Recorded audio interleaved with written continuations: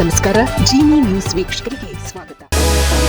ವಾರಾಂತ್ಯ ಹಾಗೂ ವರ್ಷಾಂತ್ಯದ ಸುದೀರ್ಘ ರಜೆಯ ಹಿನ್ನೆಲೆಯಲ್ಲಿ ಬೆಂಗಳೂರಿನಿಂದ ಸಾವಿರಾರು ವಾಹನಗಳು ಮೈಸೂರಿನತ್ತ ಲಗ್ಗೆಯಿಟ್ಟಿದ್ದವು.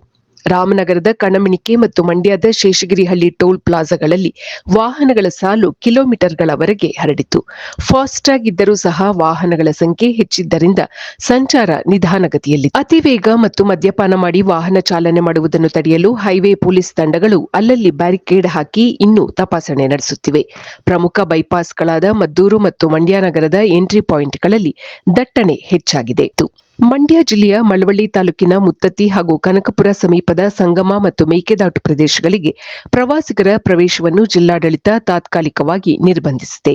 ಹೊಸ ವರ್ಷದ ಸಂಭ್ರಮದ ನೆಪದಲ್ಲಿ ಯುವಕರು ನದಿಗೆ ಇಳಿಯುವುದು, ಮದ್ಯಪಾನ ಮಾಡುವುದು, ನೀರಿನಲ್ಲಿ ಆಟವಾಡುವುದರಿಂದ ಅನಾಹುತಗಳು ಸಂಭವಿಸುವ ಸಾಧ್ಯತೆ ಇರುವ ಕಾರಣ ಪ್ರವಾಸಿಗರನ್ನು ನಿರ್ಬಂಧಿಸಲಾಗಿದೆ. ಮುತ್ತತ್ತಿ ಅರಣ್ಯ ಪ್ರದೇಶಕ್ಕೂ ಕೂಡ ಪ್ರವಾಸಿಗರ ಪ್ರವೇಶವನ್ನು ನಿರ್ಬಂಧಿಸಲಾಗಿದ್ದು, ಮುತ್ತತ್ತಿ ಅರಣ್ಯ ವಲಯದ ಚೆಕ್ಪೋಸ್ಟ್ಗಳಲ್ಲಿ ಪೊಲೀಸರು ಪ್ರವಾಸಿಗರ ವಾಹನಗಳನ್ನು ವಾಪಸ್ ಕಳುಹಿಸುತ್ತಿದ್ದಾರೆ.